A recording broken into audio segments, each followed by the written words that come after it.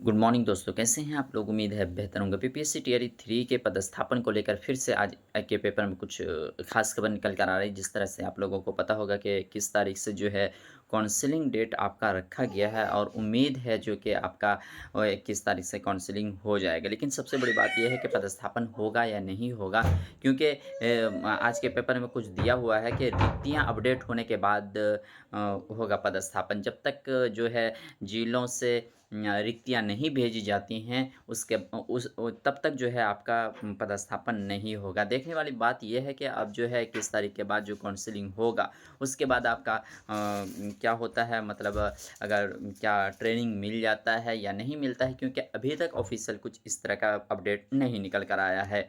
चाहे तो BRC tag करते हैं, स्कूल टैग करते हैं, क्योंकि जब तक नियुक्ति पत्र आपको नहीं मिलता है, जब तक उसके बाद उससे पहले-पहले जो है आपकी सैलरी नहीं बनेगी। बाकी देख लेते हैं पदस्थापन को लेकर जो स्कूल आवंटन जो होगा, उसको लेकर क्या कुछ आज के पेपर में दिया गया है।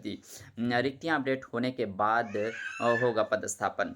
जिला के स्कूलों के सभी रिक्तियाँ अपडेट होने के बाद ही बीपीएससी टियर 3 उत्तीर्ण शिक्षक अभ्यर्थियों का पदस्थापन किया जाएगा। इस बाबत प्राथमिक शिक्षा निदेशक पंकज कुमार ने डीईओ राजकुमार शर्मा को निर्देश दिया है।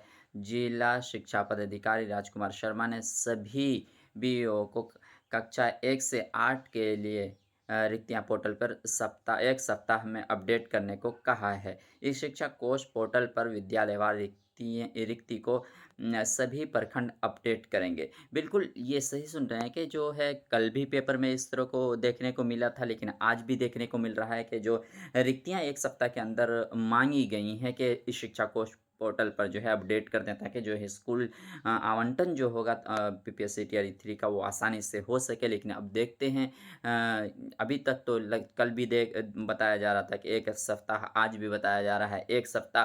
तो देखते हैं क्या कुछ 1 सप्ताह के अंदर होता है या नहीं होता है, क्योंकि ये भी टारगेट रखा गया कि था कि 26 जनवरी को जो है नियुक्ति पत्र मिलने वाला है। तो देखते हैं 26 जनवरी को नियुक्ति पत्र मिलता है या नहीं मिलता है, क्योंकि नियुक्ति पत्र मिलने का मतलब है आपका जो है स्कूल आवंटन हो जाना चाहिए। स्कूल जब तक आवंटन आपका नहीं होता है, तो नियुक्ति पत्र आपको नहीं मिल पाएगा। बाकी देखते हैं क्या कुछ होता है। पल-पल की अपडेट को पाने के लिए एम ए हैक चैनल को सब्सक्राइब करें और अपने दोस्तों में ज़रूर शेयर करें।